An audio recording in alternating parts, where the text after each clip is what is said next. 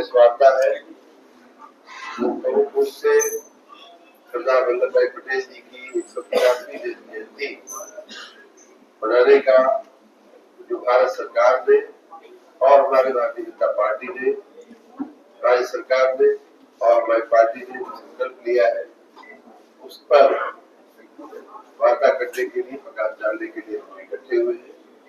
मित्रों, आप सभी सरदार वल्लभ भाई पटेल के व्यक्तित्व से, उनके महामानव के कार्यों से आप परिचित हैं। स्वतंत्रता के बाद आजाद भारत के में भारत को अखंड बनाने का काम अगर किसी ने किया, 563 रियासतें थी, 563 छोटे बड़े मजवाड़े थे, उनको एकीकृत करके भारत को एक बृहद राष्ट्र का, अखंड राष्ट्र का जो स्वरूप उन्होंने दिया है, उसके लिए हम इतना भाई उनको नमन करें, अभिनंदन करें, कम है।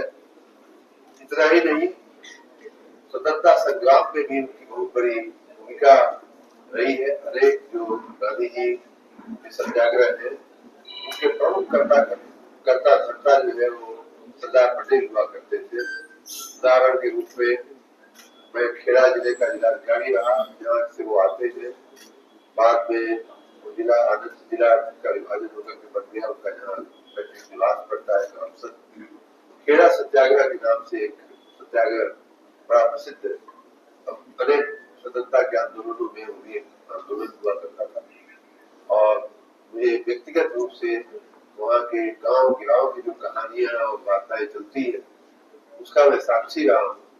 लोग बताते थे कि कैसे सरदार पटेल ने किसानों का, ग्रामजनों का खेड़ा सत्याग्रह में नेतृत्व किया था, कैसे अंग्रेजों का विरोध किया था और कैसे अंग्रेजों को वहां परेशान किया था, और कैसे अंग्रेजों ने फिर लोगों का दमन भी किया था, लोगों को फांसियां दी थी। ऐसे ऐसे पेड़ हमको लोग दिखाते थे कि किसी गांव में जाने पे इस पेड़ पे 3 लोगों को लटका दिया गया था फांसी पे, इस पेड़ पे 2 लोगों को लटका दिया गया था फांसी पे। ये ऐसे ऐसे गांव थे जहाँ पूरा का पूरा गांव अंग्रेजों की नीतियों के विरुद्ध, विशेष रूप से लगान वाली नीति के विरुद्ध पूरा का पूरा गांव जो है उसका गांव छोड़ करके चले गए थे कि हम जमीन छोड़ देंगे, लेकिन तुम्हारी दमनकारी जो लगान लगाने की राजस्व की जो नीति है उसको नहीं मानेंगे। इस प्रकार सरदार पटेल का भारत की स्वतंत्रता आंदोलन में बहुत बड़ा योगदान रहा है। उसी के साथ, उसी के बाद तुरंत जब भारत आजाद हुआ, वो गृहमंत्री बने। उसके बाद जो चुनौती थी कि भारत का इतना बड़ा, इतने सारे रजवाड़े थे, इतने सारे रियासतें थी कि अगर उनको रहने देते, क्योंकि हमारे राष्ट्र का इतना व्यापक स्वरूप है, वो आज देखने को नहीं मिलता। ये उसका एक बहुत बड़ा योगदान था कि उन्होंने 563 तो ऑन पेपर है रिकॉर्ड, लेकिन इसी हर 4 गाँव की रियासत, हर गाँव 4 गाँव की रियासत बन जाती थी।